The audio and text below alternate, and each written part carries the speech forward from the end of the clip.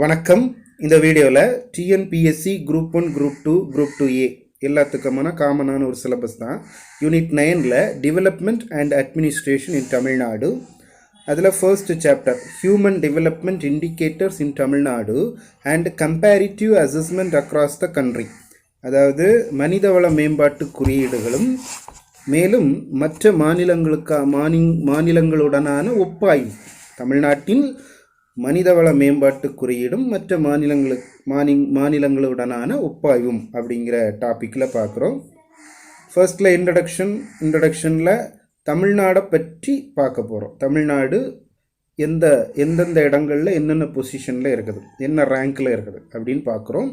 ஃபர்ஸ்டில் தமிழ்நாடு பார்க்கும்போது ஜியாகிரபிக்கலி புவியியல் ரீதியாக 11வது பெரிய மாநிலமாக இருக்குது, 11th லார்ஜஸ்ட் ஸ்டேட். அடுத்தது எக்கனாமிக்கலி பொருளாதாரம் சார்ந்து பார்க்கும்போது 3rd லார்ஜஸ்ட்டாக சொல்கிறாங்க, 3வது பெரிய பொருளாதாரம் தமிழ்நாடு அப்படின்னு சொல்கிறாங்க.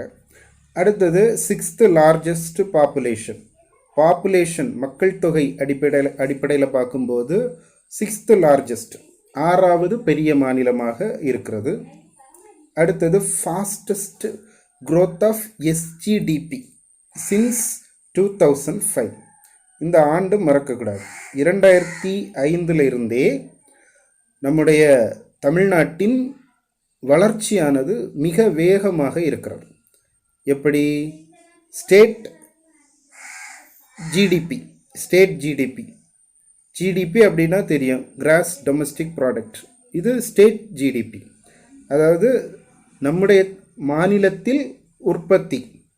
இது வளர்ச்சியை நோக்கி போய்கொண்டிருக்கிறது. எந்த ஆண்டிலிருந்து? 2005. அடுத்தது second contributor to India's GDP, இந்தியாவின் மொத்த உள்நாட்டு உற்பத்தியில் தமிழ்நாட்டின் பங்களிப்பு அப்படிங்கிறது 2வது இடமாக இருக்கிறது. அப்போ நிறைய மாநிலங்கள் இருக்குது இல்லையா, 28 ஸ்டேட்ஸ் இருக்குது. 28 மாநிலங்களும் கான்ட்ரிபியூட் பண்ணுறாங்க. அதில் நாம் 2வதாக கான்ட்ரிபியூட் பண்ணக்கூடிய முக்கியமான ஒரு மாநிலமாக இருக்கிறோம்.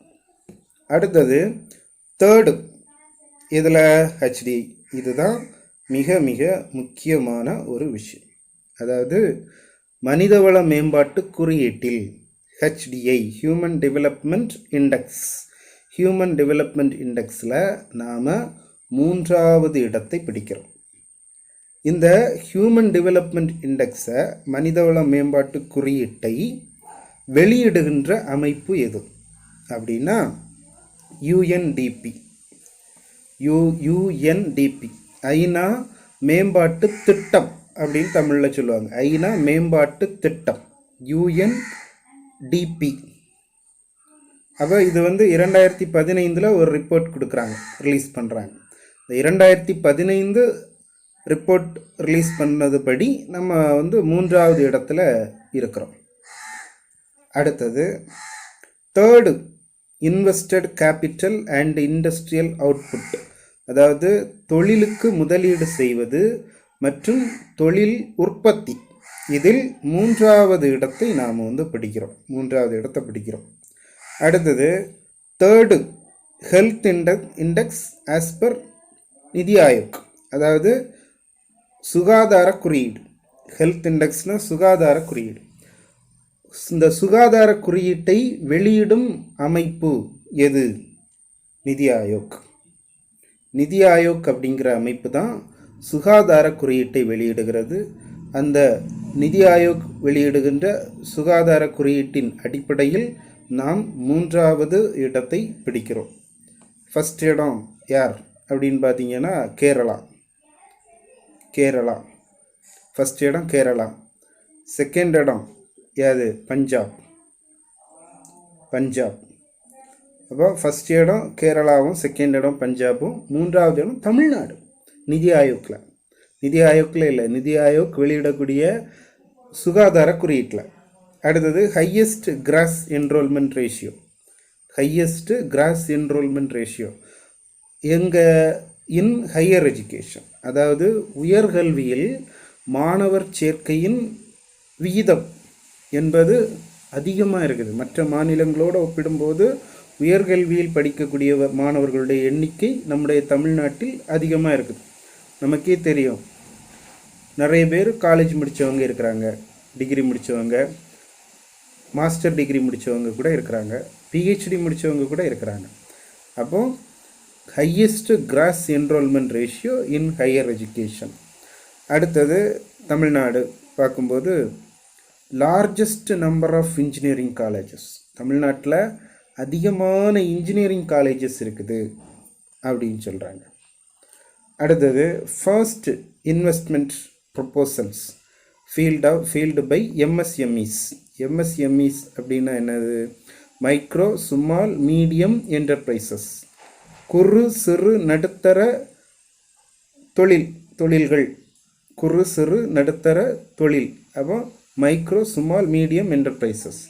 இதில் நாம் தமிழ்நாடு முதலீட்டை ஈர்க்கக்கூடியவர்களாக ஃபஸ்ட் இடம் பிடிக்கிறவங்களாக இருக்கிறோம். Investment proposals. அதே நேரத்தில் அதிகமாக இந்த எம்எஸ்எம்இ அப்படிங்கிறதுக்கு கடன் வாங்கி செயல்படுத்தக்கூடிய மக்களை கொண்டு தமிழ்நாடு இருக்கிறத பார்க்குறோம். அதிகமான குறு சிறு தொழில்கள் நடக்குது. அடுத்தது Tamil Nadu industrial investment corporation, TIIC அப்படின்னு சொல்லுவாங்க. அப்போ இது எந்த ஆண்டு தோற்றுவிக்கப்பட்டதுன்னா 1949 இது எஸ்டாப்ளிஷ் பண்ணாங்க. இதையும் நம்ம பார்க்கணும். Tamil Nadu industrial investment corporation TIIC அப்படிங்கிறது 1949 துவக்கப்படுகிறது. அடுத்தது growth, வளர்ச்சி. தமிழில் வளர்ச்சி அப்படின்னு சொல்லுவோம்.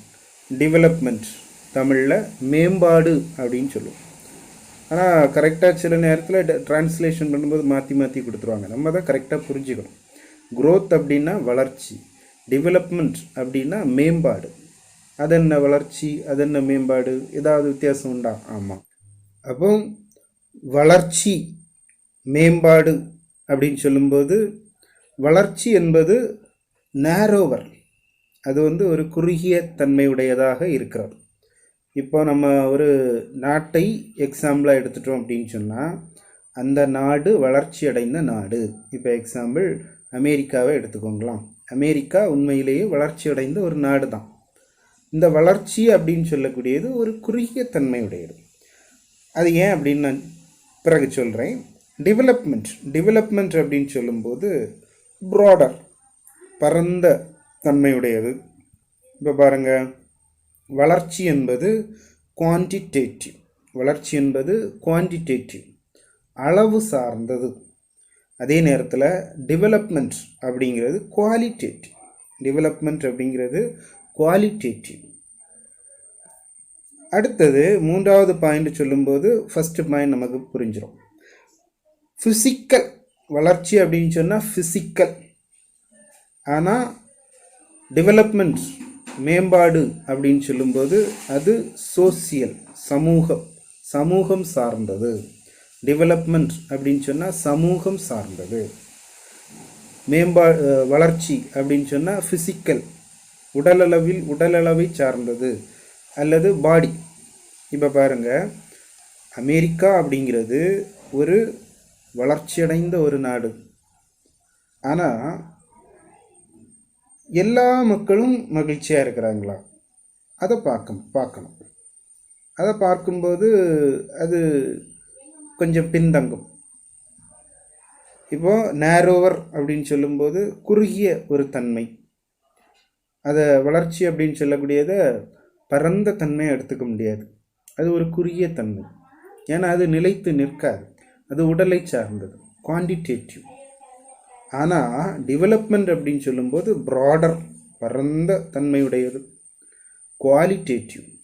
இப்போ காய்கறி வாங்க போகிறோம், 100 ரூபாயை கொடுத்து காய்கறி வாங்குகிறோம் அப்படின்னா 100 ரூபாவுக்கு நம்ம 150 ரூபாய்க்கு வாங்கக்கூடிய அளவுக்கு காய்கறியை தாராங்க.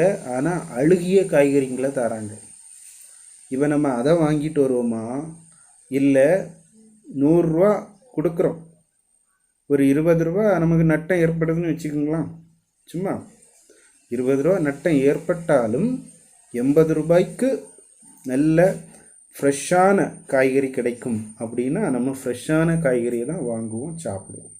அதே போல் இந்த growth டெவலப்மெண்ட் அப்படிங்கிறது வேறுபடுது.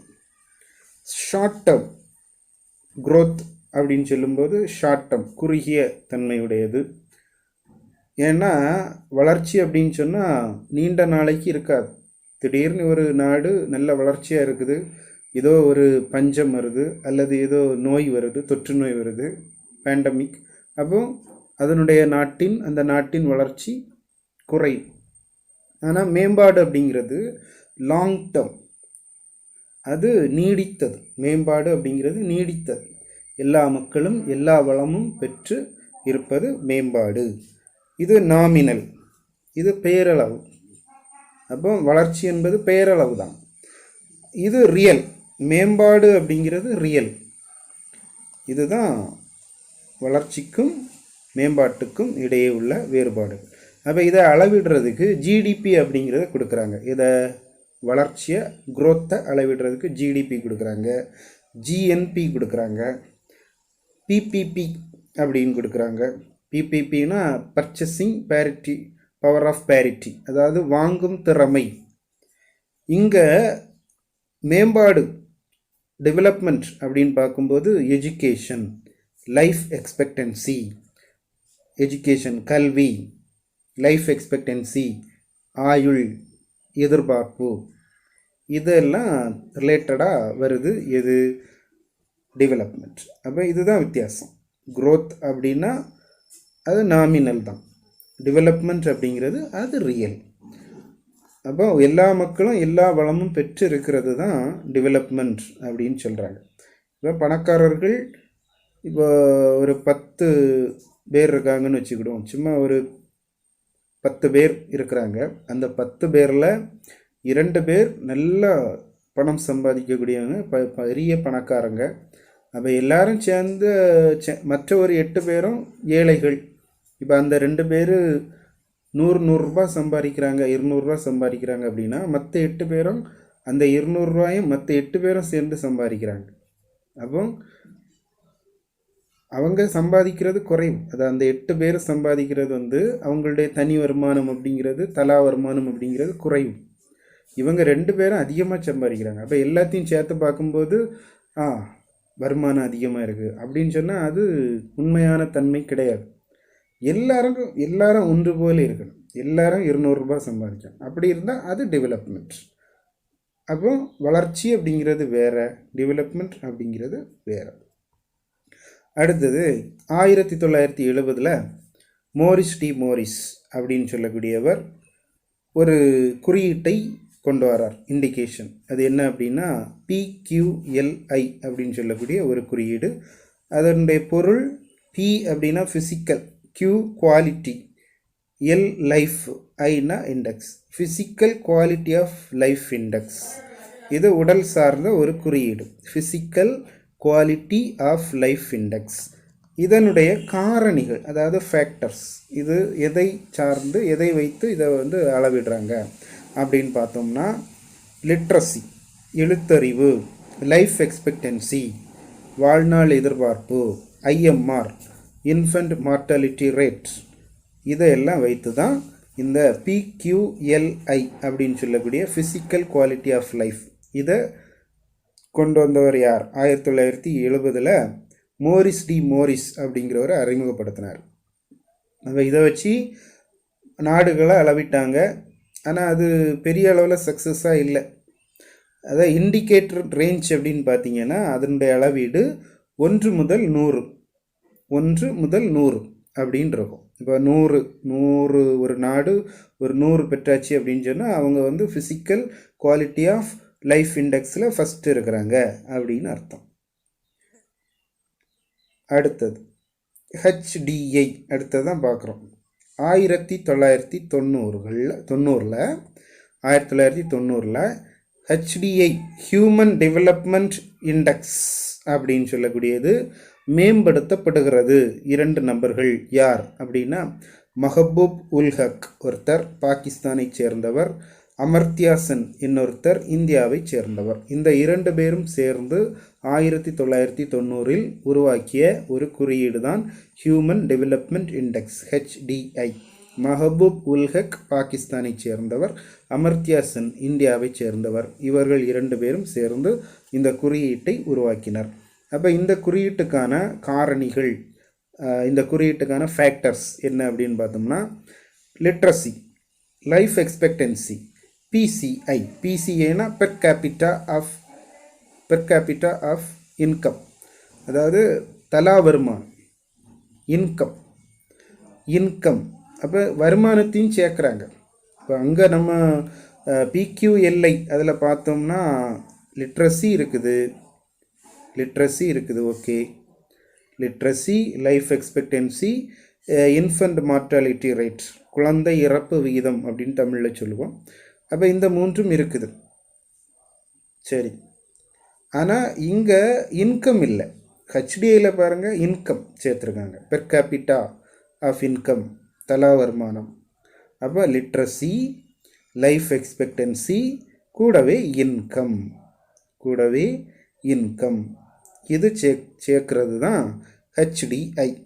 அப்போ இதை வச்சு ஒரு நாடு HDI அப்படின்னு சொன்னால் ஹியூமன் டெவலப்மெண்ட் இண்டெக்ஸ், மனிதவள மேம்பாட்டில் எந்த நிலையில் இருக்குது அப்படின்னு சொல்லி அந்த ரேங்கை வெளியிடுறாங்க.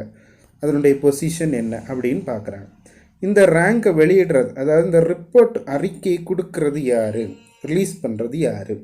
HDI ரிப்போர்ட்டை ரிலீஸ் பண்ணுறது யார் அப்படின்னா UNDP, ஐநா மேம்பாட்டு திட்டம், UN டெவலப்மெண்ட் ப்ரோக்ராம் அப்படின்னு சொல்லுவோம். யுனைடெட் நேஷன்ஸ் டெவலப்மெண்ட் ப்ரோக்ராம், ஐநா மேம்பாட்டு திட்டம். அதுதான் இந்த ரிப்போர்ட்டை வெளியிடுது. எந்த ரிப்போர்ட்டை? HDI அப்படின்னு சொல்லக்கூடிய ஹியூமன் டெவலப்மெண்ட் இண்டெக்ஸ் அந்த ரிப்போர்ட்டை வெளியிடுது. அப்போ UNDP, united nations development programme பார்த்தாச்சு. அடுத்தது இவங்களுடைய இண்டிகேட்டர் ரேஞ்ச் என்ன? அதாவது HDI அதனுடைய இண்டிகேட்டர் ரேஞ்ச், குறியீட்டு எண், அந்த பாயிண்ட்ஸ் இருக்குல்ல, அது என்ன அப்படின்னு பார்த்தோம்னா 0 to 1. நம்ம அங்கே ஏற்கனவே பார்த்தோம், PQLIக்கு 1 to 100ன்னு பார்த்தோம். இங்கே என்ன பார்க்குறோம்னா 0 to 1 இவங்களுடைய ரேஞ்ச், இண்டிகேட்டர் ரேஞ்ச் HDI. அப்போ அதை வந்து ஒரு 4ஆக பிரிக்கிறாங்க. ஒன்று வெரி ஹை, அதாவது மிக உயர்ந்த ஒரு ஸ்டேட்டஸில் இருக்கிறது, பொசிஷனில் இருக்கிறது. அடுத்தது ஹை, உயர்ந்த நிலையில் இருப்பது. அடுத்தது மீடியம், நடுத்தர நிலை. அடுத்தது லோ, மிக குறைவான நிலையில் இருப்பது, தாழ்ந்த நிலையில் இருப்பது. அப்போ வெரி ஹை, மீடியம், லோ அப்படின்னு சொல்லி பிரிக்கிறாங்க. வெரி ஹை அப்படிங்கிறது 0.800 to 1. அப்படி இருந்தால் அந்த நாடு வெரி ஹை அப்படிங்கிற பொசிஷனில் இருக்குது. அடுத்து 0.700 to 0.799 அப்படி இருந்தால் அவங்க அந்த நாடு ஹை அப்படிங்கிற லெவலுக்கு வருது. அடுத்தது பார்த்திங்கன்னா 0.551 to 0.699 அப்படி இருந்தால் அந்த நாடு மீடியம், நடுத்தரம். அடுத்தது பிலோ 0.500 அப்படின்னா அந்த நாடு கீழ்த்தரம், கீழே இருக்குது, ரொம்ப லோவில் இருக்குது அப்படின்னு நம்ம சொல்லிடலாம். அப்போ இதுதான் HDI அப்படின்னு சொல்லக்கூடிய அந்த குறியீட்டின் இண்டிகேட்டர் ரேஞ்ச். இப்போ இந்தியா எந்த லெவலில் இருக்குது அப்படின்னு பார்த்தீங்கன்னா மீடியம், நடுத்தர லெவலில் இருக்குது. அது பெற்றிருக்கக்கூடிய பாயிண்ட்ஸ் எவ்வளோனா 0.647. இந்த 0.647னா அப்போ எங்கே வரும்? இதுக்குள்ளே தான் வரும் இல்லையா? 0.647. அப்போ இந்தியா எந்த பொசிஷனில் இருக்குதுன்னா மீடியம் அப்படிங்கிற பொசிஷனில் இருக்குது. அடுத்து sub indexes of HDI, human development இண்டெக்ஸின் துணை குறியீடுகள் அது என்னென்ன அப்படின்னு பார்க்குறோம். ஒன்று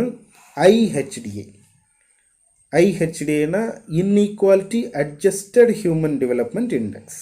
inequality adjusted human development index அது என்ன? Inequality adjusted human development index. ஆமாம், அது எப்படி அப்படின்னா, இப்போ ஒரு 10 பேர் இருக்காங்க, 10 பேர் சேர்ந்து நான் சொன்னது போல் ஒரு 1000 ரூபாய் ஈட்டுறாங்கன்னு வச்சுக்கிடுவோம். 10 பேர் சேர்ந்து 1000 ரூபாய் ஈட்டுறாங்க. அதில் ஒரு 3 பேர் மட்டுமே 600 ரூபாய் ஈட்டிடுவாங்க.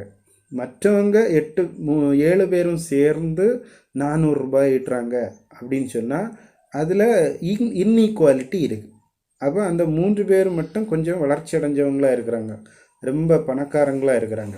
அப்போ அந்த இன்இக்வாலிட்டியை கழிச்சிட்டு சேமாக, அதாவது சராசரியாக ஈக்குவலாக சமத்துவத்தை பார்த்து எப்படி இருக்கிறாங்க, அவங்களுடைய ஸ்டேட்டஸ் என்ன அப்படின்னு அந்த இன்இக்வாலிட்டியை கழிச்சிட்டு பார்க்குறது inequality adjusted human development index அப்படின்னு சொல்லுவோம், IHDI. அப்போ இது குறிப்பாக என்ன ஃபேக்டர்லாம் பார்ப்பாங்கன்னா ஜெண்டர் இன்இக்வாலிட்டி, எஜுகேஷன், இன்கம் அதெல்லாம் பார்க்குறாங்க. அப்போ இப்படி கழிச்சிட்டு பார்க்கும்போது இந்தியா என்ன ரேங்கில் இருக்குதுன்னு பாருங்கள், எந்த பொசிஷனில் இருக்குதுன்னு பாருங்கள். 0.477க்கு போயிடுச்சு.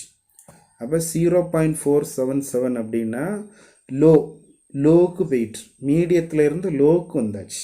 சரியா, மீடியத்தில் இருந்தாங்க. அதாவது HDA அப்படின்னு சொல்லி இன்இக்வாலிட்டி எல்லாம் இல்லாமல் இருந்துச்சுன்னா 0.647 இருக்கிறாங்க. ஆனால் இன்இக்வாலிட்டியை கழித்து பார்த்தா 0.477க்கு போயிட்டாங்க. அப்போ நம்ம இந்திய நாட்டில் அதிகமான இன்இக்வாலிட்டி இருக்கின்றது அப்படிங்கிறத நம்ம இதிலிருந்து புரிஞ்சுக்கிறோம். அடுத்தது GII, gender inequality index.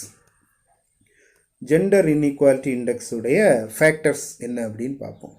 Gender inequality index அப்போ பாலின சமத்துவமின்மை அந்த குறியீடு என்ன அப்படின்னு பார்க்குறோம். அப்போ இது எப்படின்னா ரிப்ரொடக்டிவ் ஹெல்த் இனப்பெருக்க நலன், இனப்பெருக்க சுகாதாரம் அப்படின்னு சொல்லுவாங்க, இல்லை இனப்பெருக்க நலன் தமிழில். எம்பவர்மெண்ட் அதிகாரம் அல்லது அதிகாரம் அளித்தல். லேபர் அதாவது சந்தை, வேலை அல்லது சந்தை, மார்க்கெட், லேபர் மார்க்கெட் அப்படின்னு சொல்லுவாங்க. GII gender inequality index. அப்போ இதை எப்படி பார்க்குறாங்க அப்படின்னு சொன்னால் ஒரு நாட்டில் பெண்களுக்கு வந்து இனப்பெருக்க நலன் அதில் வந்து அவங்க அந்த சிறப்பான நிலையில் இருக்கிறாங்களா, பொசிஷனில் இருக்கிறாங்களா. குறிப்பாக MMR வச்சு தான் இதை வந்து அளவிடுவாங்க. MMRனால் என்ன அப்படின்னா மெட்டர்னல் மார்டாலிட்டி ரேட் அப்படின்னு சொல்லுவாங்க. அதாவது குழந்தை பேற்றின் போது இறக்கின்ற தாய்மார்களின் எண்ணிக்கை, அதை குறித்து அளவிடக்கூடியது தான் MMR, மெட்டர்னல் மார்டாலிட்டி ரேட். இது ரிப்ரொடக்டிவ் ஹெல்த்.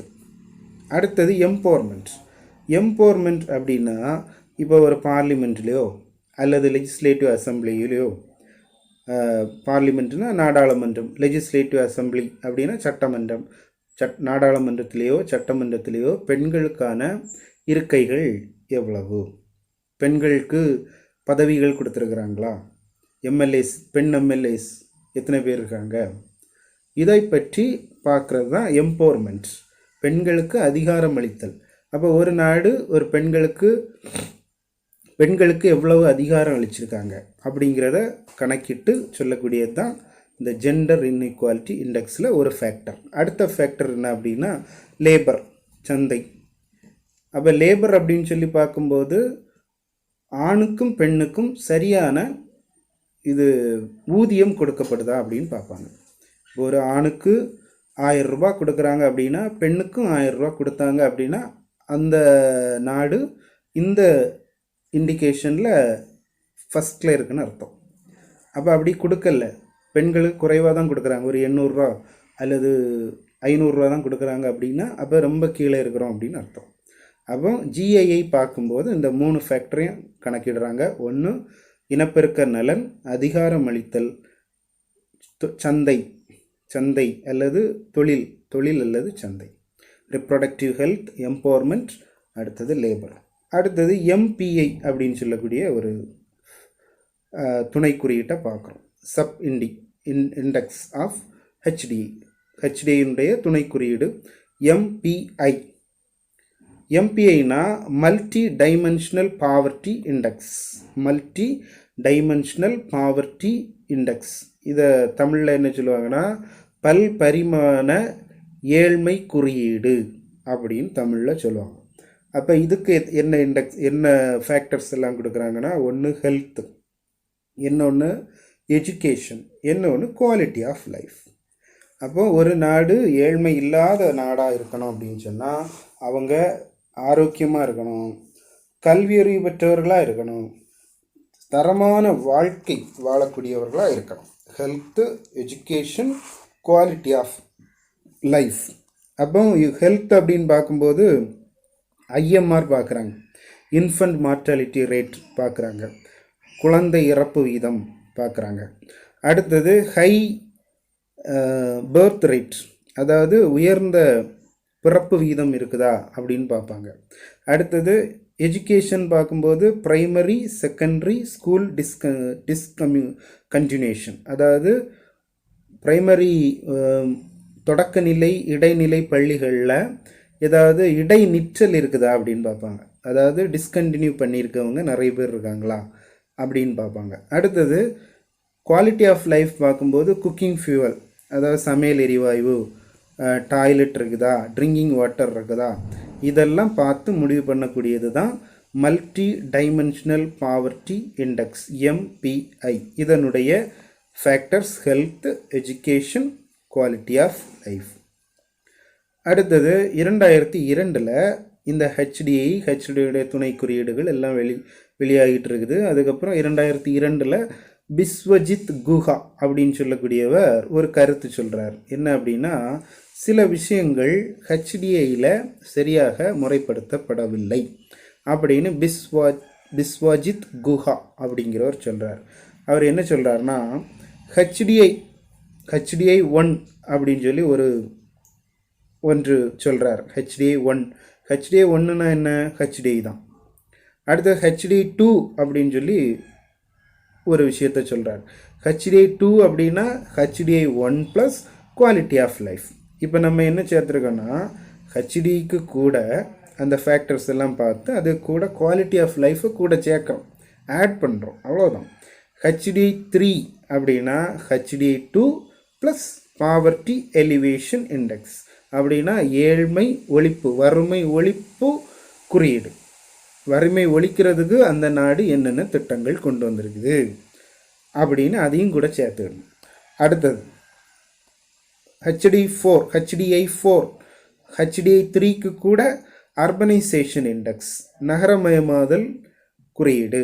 அப்போ ஏழ்மையில இருந்து, கிராமத்தில் இருந்து மக்கள் நகரமயமான வாழ்க்கைக்கு வாழ்கிறாங்களா, எல்லா வசதிகளும் கிடைக்குதா அப்படின்னு பார்க்குறது. அப்போ இதெல்லாம் யார் சொல்கிறா அப்படின்னா பிஸ்வஜித் குஹா. இதையெல்லாம் சேர்க்க வேண்டும் அப்படின்னு சொல்கிறார். அடுத்தது இந்தியாவினுடைய ரேங்கு, பொசிஷன், அதை பற்றி பார்க்குறோம். 2017 131வது இடத்துல இருந்தாங்க. இதில் HDI. அடுத்தது 2018 130வது இடத்துக்கு வந்தாங்க. 2019 129வது இடத்துக்கு போயிட்டாங்க.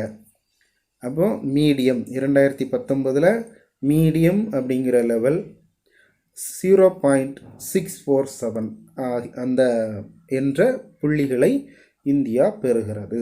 அடுத்தது வேறு நாடுகள், எந்தெந்த நாடுகள் முதலிடத்தில் இருக்கின்றன அப்படின்னு பார்த்தோம்னா, ஃபர்ஸ்ட்டு நார்வே 0.954, சுவிட்சர்லாந்து 946, தேர்டு மூணாவது பார்க்கும்போது அயர்லாண்டு 0.942.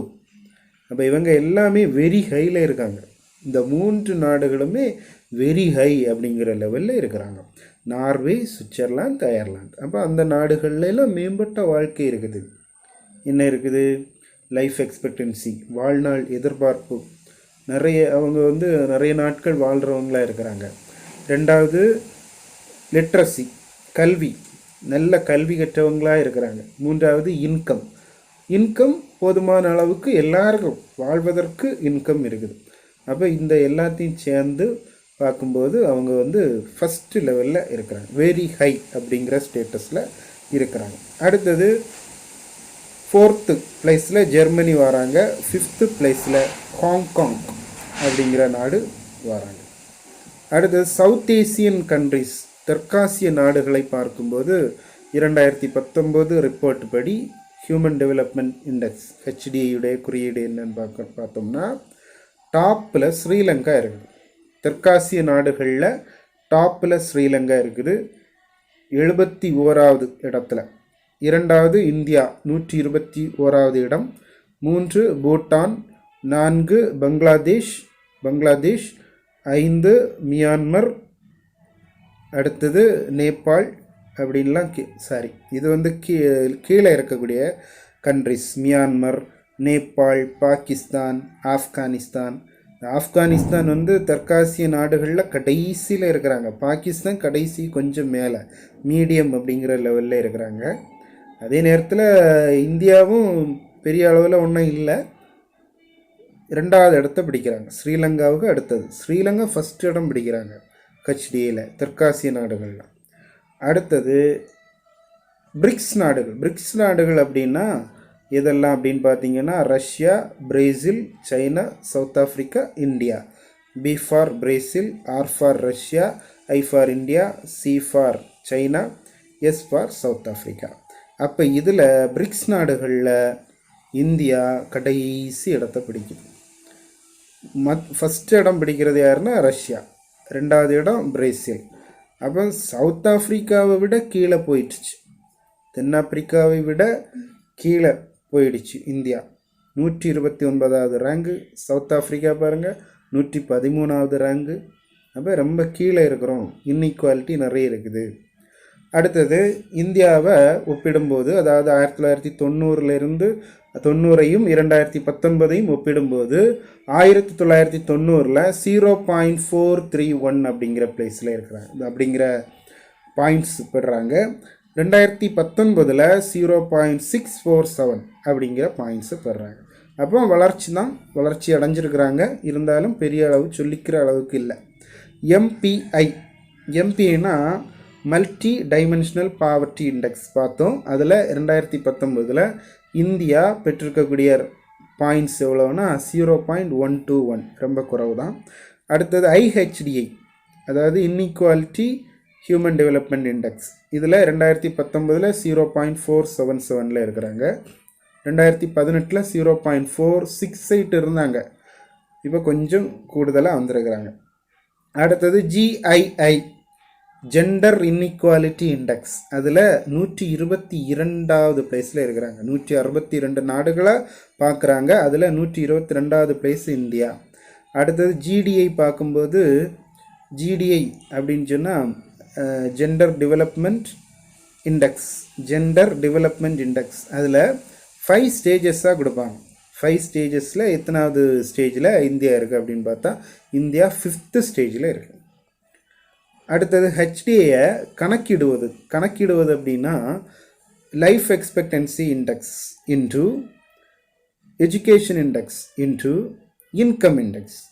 இதை ரூட்டுக்குள்ளே போட்டு 3³ போட்டோம்னா அது வந்து கணக்கீடு, ஹெச்டிஐயுடைய கணக்கீடு. அடுத்தது ஹெச்டிஐ இந்தியன் ஸ்டேட்ஸ் 2018 இந்தியாவினுடைய மாநிலங்கள் இந்த ஹெச்டிஐயில் எந்தெந்த பொசிஷனில் இருக்கிறாங்கன்னு பார்க்குறோம். ஃபஸ்ட்டு பொசிஷனில் யார் இருக்கான்னா கேரளா இருக்குது, ஃபஸ்ட்டு ரேங்க் பிடிக்கிறாங்க. 0.779 அப்படிங்கிற ரேங்கு ஹை, உயர்ந்த நிலையில் இருக்கிறாங்க. 2வதாக சண்டிகர் இருக்குது, இது மாநிலம் அல்ல, ஸ்டேட் அல்ல, யூனியன் டெரிட்டரி, 0.775. அடுத்தது கோவா, இது மாநிலம் தான், இது 2nd இடத்த பிடிக்குது, 0.761 அப்படிங்கிற இடத்த பிடிக்குது. நம்ம தமிழ்நாடு வரோம். அடுத்தது 4th வந்து லக்ஷத்தீவு வந்து யூனியன் டெரிட்டரி. நம்ம அதெல்லாம் பார்க்குறது சரியில்லை, ஏன்னா கொஞ்சம் மக்கள் தான் இருப்பாங்க, அது வந்து பார்க்க வேண்டியதில்லை.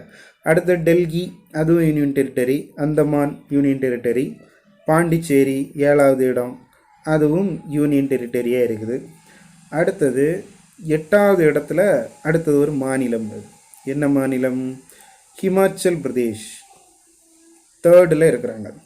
அப்போ நம்ம ஸ்டேட் மட்டும்தான் பார்க்குறோம், யூனியன் டெரிட்டரிஸ் இடையில இருக்குது, இருந்தாலும் ஸ்டேட்டை நம்ம வந்து கால்குலேட் பண்ணும்போது 3வது இடத்துல ஹிமாச்சல் பிரதேஷ் இருக்கிறாங்க. அடுத்தது 9th பிளேஸில் பஞ்சாப், சாரி ஆமாம் 9th பிளேஸில் இருக்காங்க. ஆனால் மாநிலங்கள் அப்படின்னு சொல்லும்போது 4th பிளேஸில் இருக்காங்க பஞ்சாப், 0.723. அடுத்தது சிக்கிம், சிக்கிம் வந்து 5th மாநிலங்களில் 5th. டையோடாமன் அது யூனியன் டெரிட்டரி, 0.708. அதே தான் ஹரியானாவும், ஹரியானா அது மாநிலம், அது 6th பிளேஸ், 0.708. தமிழ்நாடு இங்கே இருக்காங்க 11வது பிளேஸ். தமிழ்நாடு 11வது பிளேஸில் இருக்காங்க மொத்தத்தில் பார்க்கும்போது. மற்றபடி மாநிலம் அப்படின்னு பார்த்தா 6th பிளேஸில் இருக்காங்க. 0.708 அப்படிங்கிறது நம்முடைய பாயிண்ட்ஸ். 0.708 இது மறக்கக்கூடாது. அடுத்தது அப்போ 0.708 அப்படிங்கிறது ரொம்ப லோ ஒன்றும் கிடையாது, ஹை தான். ஹையில் இருக்கிறோம். இனி கொஞ்சம் கூடிய சீக்கிரமாக வெரி ஹைக்கு கூட வந்துடும். அடுத்தது தமிழ்நாடு. இப்போ ஒட்டு மொத்தமாக பார்த்தா நம்ம இதை தான் ரொம்ப கவனிக்கணும் நம்ம. ஏன்னா ஃபஸ்ட்டில் தமிழ்நாடு ஹெச்டியில் 3வது இடம் இருக்குதுங்களா பார்த்தோம். அது அப்படி இங்கே 6வது இடம்னு சொல்கிறீங்க, 3வது இடம்னு சொல்கிறீங்க, மாற்றி சொல்கிறீங்க. அப்படி இல்லை. தமிழ்நாடு ஒட்டு மொத்தமாக பார்த்தா யூனியன் டெரிட்டரி ஸ்டேட்ஸு எல்லாம் சேர்த்து மொத்தமாக பார்த்தா தமிழ்நாடு இருக்கக்கூடிய ரேங்கு 11th ரேங்க், 11வது ரேங்கில் இருக்குது ஹியூமன் டெவலப்மெண்ட் இண்டெக்ஸில். அதே நேரத்தில் பிக் ஸ்டேட்ஸ், அதாவது பெரிய மாநிலங்கள், சின்ன மாநிலங்கள்னால் கோவா எல்லாம் மக்கள் தொகை ரொம்ப குறைவு. உத்தரப்பிரதேசம், தமிழ்நாடு, கேரளா, ஹிமாச்சல் பிரதேஷ் இங்கெல்லாம் மக்கள் தொகை கூடுதல். அப்போ பெரிய மாநிலங்கள் அப்படின்னு எடுத்துக்கிட்டோம்னா அங்கே தான் நம்ம 3வது இடத்தை பார்க்கணும், 3வது இடத்துல இருக்கிறோம். அப்போ நம்ம பெரிய மாநிலங்கள் அப்படிங்கிறது தான் எடுத்து பார்க்கணும். ஸ்டேட்ஸ் அப்படின்னு பார்த்தோம்னா மாநிலங்கள் அளவில் 6th, சின்ன மாநிலம் பெரிய மாநிலம் எல்லாம் சேர்த்து பார்த்தோம்னா 6th. பிக் ஸ்டேட்ஸ் பெரிய மாநிலங்கள்னு மட்டும் பார்க்கும்போது நம்ம 3rd. குறிப்பாக கணக்கிடும்போது பெரிய மாநிலங்கள் அப்படிங்கிறத பார்ப்பாங்க. ஏன்னா சின்ன மாநிலங்களில் வந்து மக்கள் தொகை குறைவு, அவங்க அதெல்லாம் பார்த்தோம்னா நம்ம கரெக்டாக அதை வந்து கொண்டு வர முடியாது. அதனால் பெரிய மாநிலங்கள் அப்படின்னு சொல்லி பார்க்கணும். 2018க்கான ரிப்போர்ட்டு தான் இது. இது மாறக்கூடியது, மாறும். அப்போ நம்ம பார்க்கணும் புதிய டேட்டா ஏதாவது இருக்குதான்னு பார்க்கணும். அடுத்தது an uncertain glory India and it's contradictions அப்படின்னு சொல்லிட்டு ஒரு புத்தகம். இந்த புத்தகத்தை எழுதியவர்கள் யார் அப்படின்னா ஜீன்த்ரஸ், அமர்த்தியாசன். இந்த 2 அறிஞர்களும் எழுதிய புத்தகம்தான் an uncertain glory India and it's contradictions. அப்போ இது எதற்காக எழுதப்பட்டது, இதில் என்ன சொல்லியிருக்கிறாங்க, ஷார்ட்டாக என்ன சொல்லியிருக்கிறாங்க அப்படின்னா, இந்த புத்தகத்தில் நம்ம தமிழ்நாடு வந்து பிக் ஸ்டேட் அப்படின்னு சொல்லி பார்க்கும்போது 3rd பிளேஸில் இருக்குது ஹியூமன் டெவலப்மெண்ட் இண்டெக்ஸில். ஆனால் தமிழ்நாடு அப்படின்னு சொல்லக்கூடியது மற்ற மாநிலங்களைப் போல் வளமிக்கது அப்படின்னு சொல்ல முடியாது. ஏன்னா நீர் வளத்தை பார்த்தீங்கன்னா ரொம்ப குறைவு தான், 3% தான் நீர் வளம். நம்முடைய வாட்டர் ரிசோர்ஸ் அப்படிங்கிற 3% தான். நம்ம எல்லாருக்கிட்டே இருந்து நம்ம கடன் தான் வாங்குகிறோம். தண்ணீருக்காக கையேந்தி தான் நிற்கிறோம். காவிரி இல்லையா, காவிரி கர்நாடகாவில் இருந்து காவிரி. இப்படி நீர்வளம் குறைவு, வேளாண்மை குறைவு. ஆனாலும் 3வது இடத்துல இருக்கிறோம் அப்படின்னு சொன்னால் அதுக்கு காரணம் வந்து சாதாரண மக்களை உயர்த்துவதற்காக, மேம்படுத்துவதற்காக தமிழ்நாடு அரசு கொண்டு வந்த திட்டங்கள் தான் காரணம். அந்த திட்டங்கள் தான் நம்மளை எல்லாரையும் சமமாக உயர்த்தி மேம்படுத்தி நம்ம வந்து 3வது பிளேஸில் இருக்கிறதுக்கு காரணமாக இருக்குது. அந்த 2005 பார்த்தீங்கன்னா பல்வேறு திட்டங்கள், 2005 நம்ம வளர்ச்சி அடைந்த ஒரு மாநிலமாக தான் இருக்கிறோம். மேம்பட்ட மாநிலமாக தான் இருக்கிறோம். இப்போவும் பாருங்கள், நிறைய விஷயங்களில் நம்ம வந்து முதல் இடத்துல இருக்கிறோம், ஃபஸ்ட்டில் வந்துட்டு இருக்கிறோம். அது உண்மையிலே அது வந்து ஒரு பெரிய விஷயந்தான். இப்போ அவங்க வந்து 3 மாநிலங்களை சொல்கிறாங்க. குறிப்பாக கேரளா, அடுத்தது ஹிமாச்சல் பிரதேஷ், அடுத்தது தமிழ்நாடு. இந்த 3 மாநிலங்களையும் அந்த அவங்களுடைய பதமான அந்த பதம்னா என்னது, சொல், அவங்களுடைய சொல், அவங்களுடைய வார்த்தை என்ன வார்த்தை, an uncertain glory India and it's contradiction. அதாவது முரண்பாடுகளின் மத்தியில் ஒரு மகிழ்ச்சி மிக்க அல்லது ஒரு மகிமை நிறைந்த மாநிலங்களாக இருக்கக்கூடிய மேம்பட்ட மாநிலங்களாக இருக்கிற. முரண்பாடுகள் நிறைய இருக்குது, இருந்தாலும் வளங்கள் இல்லை, இருந்தாலும் மேம்பட்ட மாநிலங்களாக இருக்கிறோம். கேரளா கூட பார்த்திங்கன்னா அடிக்கடி நிறைய நோய்கள் எல்லாம் வரும், ஆனாலும் அவங்க சுகாதார குறியீட்டில் ஃபஸ்ட்டு இருக்கிறாங்க பாருங்கள். சரியா? அப்போ இதுதான் காரணம். அடுத்தது, இந்த மாநிலங்களில் கடைசி இடத்தை யார் பிடிக்கிறாங்க அப்படின்னா பீகார் பிடிக்கிறாங்க. மீடியம் அப்படிங்கிற லெவலில் இருக்கிறாங்க. 0.576 தான் அவங்களுடைய பாயிண்ட். அதுபோல் உத்தரப்பிரதேஷ் இவங்களுக்கு துணையாக அவங்களும் கூட இருக்கிறாங்க. 35 கடைசியில் இருந்து ஒரு இடம்தான் மேலே. அடுத்தது ஹெச்டி அண்டு தமிழ்நாடு டிஸ்ட்ரிக்ட்ஸ், அதாவது மனிதவள மேம்பாட்டு குறியீட்டை தமிழ்நாட்டு மாவட்டங்களோடு நம்ம ஒப்பிட்டு பார்க்க போகிறோம். 2017 ரிப்போர்ட் படி பார்க்க போகிறோம். டாப் 5 அதில் ஃபஸ்ட்டு இருக்கிறது எது அப்படின்னா கன்னியாகுமரி. 0.944 வெரி ஹை அப்படிங்கிற ஸ்டேட்டஸில் இருக்குது. கன்னியாகுமரி மாவட்டத்தை எடுத்துக்கிட்டோம் அப்படின்னா நிறைய பேர் வெளிநாட்டுகளில் இருக்கிறாங்க. அப்போ எல்லாருமே பொருள் ஈட்டக்கூடியவங்க தான். ரப்பர் வந்து இருக்குது. கொஞ்சம் ஏழ்மையில் இருக்கக்கூடியவங்களுக்கும் இந்த ரப்பர் வந்து காப்பாற்றுது. ரப்பர் மரங்கள் நிறைய இருக்கிறதுனால அந்த வருமானம், அதிலிருந்து கிடைக்கக்கூடிய வருமானம், மற்றும் வெளிநாடுகளில் நிறைய பேர் இருக்கிறாங்க, உழைக்கிறாங்க. எல்லாருமே உழைக்கக்கூடிய மக்களாக இருக்கிறாங்க.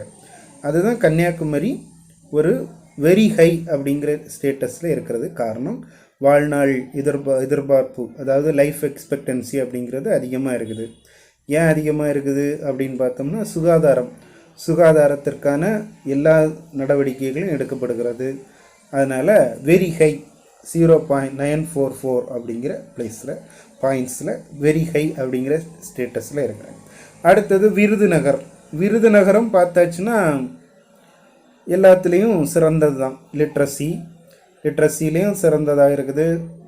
மற்றபடி கன்னியாகுமரியை போல் அதுவும் வருமானம் ஈட்டுறதாக இருந்தாலும் சரி எல்லாத்துலேயும் சிறந்ததாக இருக்குது. அதனால் செகண்ட் பிளேஸ் 0.855. அதுபோல் கன்னியாகுமரி பார்க்கும்போது லிட்ரஸியில் தமிழ்நாட்டில் டீச்சர்ஸை எக்ஸ்போர்ட் பண்ணுறதே கன்னியாகுமரின்னு சொல்லலாம். நிறைய மாவட்டங்களுக்கு இங்கிருந்து ஆசிரியர்கள் போகிறாங்க. கன்னியாகுமரியிலேருந்து நிறைய ஆசிரியர்கள் இருக்கிறாங்க. எழுத்தறிவில் ஒரு ஃபஸ்ட்டு இருக்கக்கூடிய மாவட்டமாக கன்னியாகுமரியை பார்க்குறோம். அடுத்தது தூத்துக்குடி. ஆமாம், போர்ட்டெல்லாம் இருக்குது, மேஜர் போர்ட். தமிழ்நாட்டில் 3 மேஜர் போர்ட்ஸ் இருக்குது. ஒன்று சென்னையில், இன்னொன்று எண்ணூரில், இன்னொன்று தூத்துக்குடி. அப்போ தூத்துக்குடியிலேயும் ஒரு துறைமுகம் இருக்குது, பெரிய துறைமுகம். அப்புறம் சென்னை வந்து தலைநகரம். எங்கே போனால் ஒன்றுமே இல்லாதவங்க கூட சென்னையில் போனால் பிழைச்சிக்குவான் அப்படின்லாம் சொல்லுவாங்க. அப்போ சென்னை வாழ்வாதாரத்திற்கான ஒரு இடம்தான். அடுத்தது காஞ்சிபுரம் பார்த்திங்கன்னா அதுவும் சென்னை பக்கத்தில் இருக்கக்கூடிய மாவட்டமாக இருக்கிறதுனால 0.45 அப்படிங்கிற இதில் இருக்கிறாங்க. அடுத்த கடைசியாக யார் இருக்காங்கன்னா அரியலூர் இருக்கிறாங்க. ரொம்ப லோ 0.282 அப்படிங்கிற லோ அப்படின்னு சொல்லக்கூடிய நிலையில் இருக்கிறாங்க.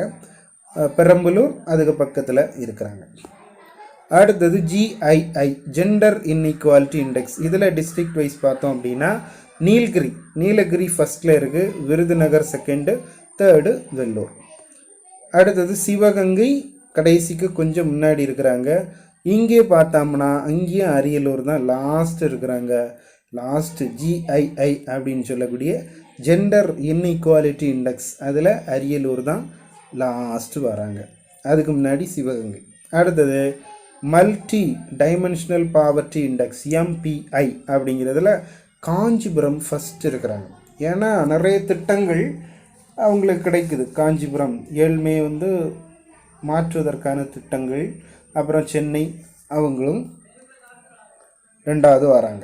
அது இதில் கடைசியில் பார்த்தீங்கன்னா எம்பியில் தர்மபுரி, பெரம்பலூர் பக்கத்தில் இருக்குது.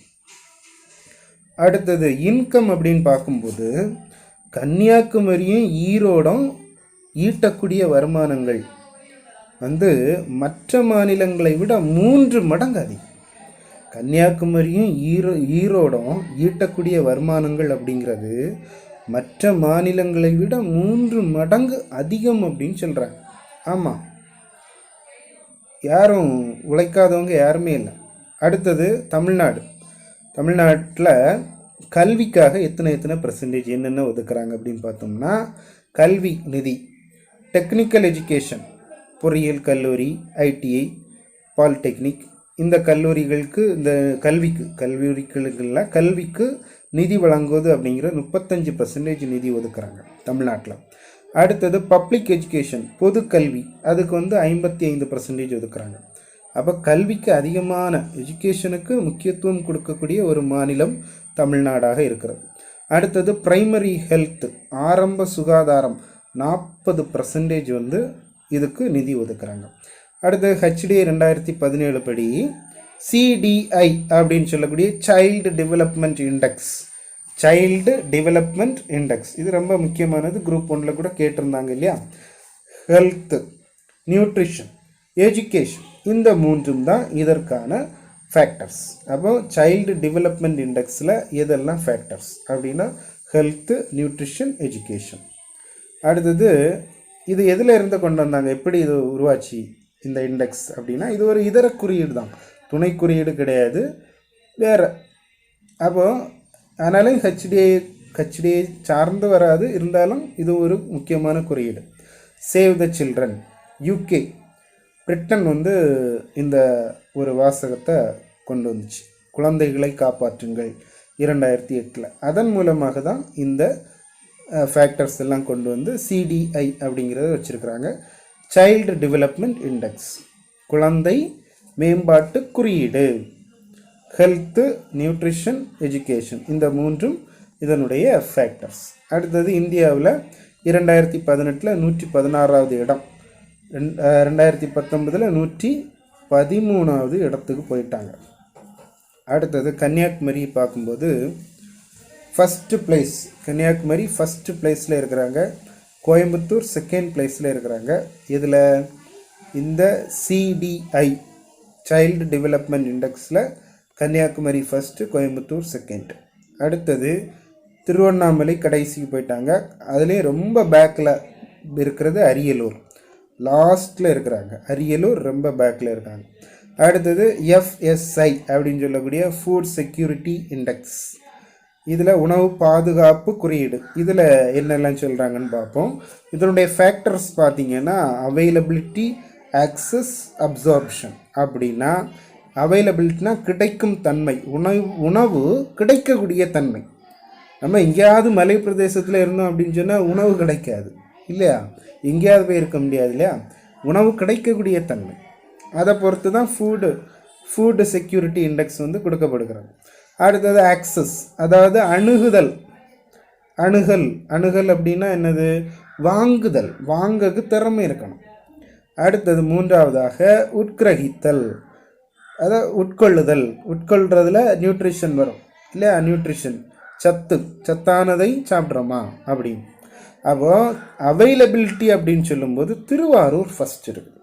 திருவாரூருக்கு வந்து அங்கே வந்து எல்லாமே கிடைக்குது அப்படின்னு சொல்கிறாங்க, எல்லா உணவுப் பொருட்களும் கிடைக்கிறதா சொல்கிறாங்க திருவாரூர். 2வது கன்னியாகுமரி டிஸ்ட்ரிக்ட் சொல்கிறோம், கன்னியாகுமரி டிஸ்ட்ரிக்டும் எல்லாமே கிடைக்குது. ஆனால் கடைசி வந்து நீலகிரியை சொல்கிறாங்க, மலையில் இருக்கு சரியா, கிடைக்காது, அங்கே வந்து கிடைக்காது, மலையில் இருக்கிறதுனால அங்கே வந்து கிடைக்காது. அடுத்து அணுகல், வாங்கக்கூடிய தன்மை பொறுக்கும்போது கரூர் வந்து ஃபஸ்ட்டில் இருக்குது, கடைசியில் பெரம்பலூர் இருக்குது. ஏன்னா பெரம்பலூர் வந்து அவங்களுக்கு இந்த பர்ச்சேசிங் பவர் ஆஃப் பேரிட்டி அப்படின்னு சொல்லுவோம், அந்த வாங்கும் திறமை அவங்களுக்கு குறை. அடுத்தது அப்சார்ப்ஷன், உட்கிரகித்தல் அப்படின்னு சொல்லும்போது கன்னியாகுமரி டிஸ்ட்ரிக்ட் ஃபஸ்ட்டில் இருக்குது, திருவண்ணாமலை கடைசியில் இருக்குது. அப்போ கன்னியாகுமரி டிஸ்ட்ரிக்ட் சத்தான உணவு உட்கொள்கிறாங்க, திருவண்ணாமலை அப்படி உட்கிரதித்தல், உணவு வந்து கிடைக்கல அப்படின்னு சொல்கிறாங்க. அடுத்த GNH, இதுவும் ஒரு இதர குறியீடு தான், வேறு குறியீடு தான். கிராஸ் நேஷ்னல் ஹாப்பினஸ், அதாவது மொத்த தேசிய மகிழ்ச்சி குறியீடு அப்படின்னு தமிழில் சொல்லுவாங்க. இது பூட்டானில் இது ஒரு சட்டமாகவே ஆக்கிட்டாங்க, சட்டப்பூர்வமானதாக இருக்குது. எப்போ ஆக்குனாங்கன்னா ஜூலை 18, 2008 ஆக்கிட்டாங்க. ஏன்னா பூட்டானில் தான் இதை வந்து உருவாக்குறாங்க. எப்படி?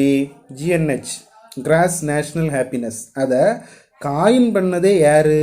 ஜிக்மே சிங்கே வாங்சுக் அப்படின்னு சொல்லக்கூடிய கிங் ஆஃப் பூட்டான், பூட்டான் அரசர் ஜிக்மே சிங்கே வாங்சுக் அப்படின்னு சொல்லக்கூடிய பூட்டான் அரசர் 1972 இதை காயின் பண்ணுறார், இதை அறிமுகப்படுத்துகிறார். GNH, gross national happiness. அடுத்தது UN இண்டெக்ஸ் ஆஃப் இந்தியா. இந்தியாவினுடைய UN index of India sustainable development index, அதாவது இந்தியாவின் நிலைத்த மேம்பாட்டு குறியீடு அப்படிங்கிறது. ஐநாவின் நிலைத்த மேம்பாட்டு குறியீட்டில் இந்தியா அப்படிங்கிறது. இதை வந்து வெளியிடக்கூடியது எந்த அமைப்பு அப்படின்னு பார்த்தீங்கன்னா சஸ்டைனபிள் டெவலப்மெண்ட் இண்டெக்ஸ். இதை வெளியிடுறது யாது? நிதி ஆயோக் தான் வெளியிடும். ஏற்கனவே பார்த்தோம் ஹெல்த் இண்டெக்ஸ், ஹெல்த் இண்டெக்ஸை வெளியிடுறதும் நிதி ஆயோக் தான். இந்த சஸ்டைனபிள் டெவலப்மெண்ட் இண்டெக்ஸை வெளியிடுறதும் நிதி ஆயோக் தான். இந்த நிதி ஆயோக் வெளியிட்டதில் இப்போ கரண்ட் அஃபேர்ஸ், அதாவது கரண்டாக நடப்பு நிகழ்வுகளில் நம்ம பார்க்குறது 2020-21 ஃபஸ்ட் இடத்துல இருக்குது. எது?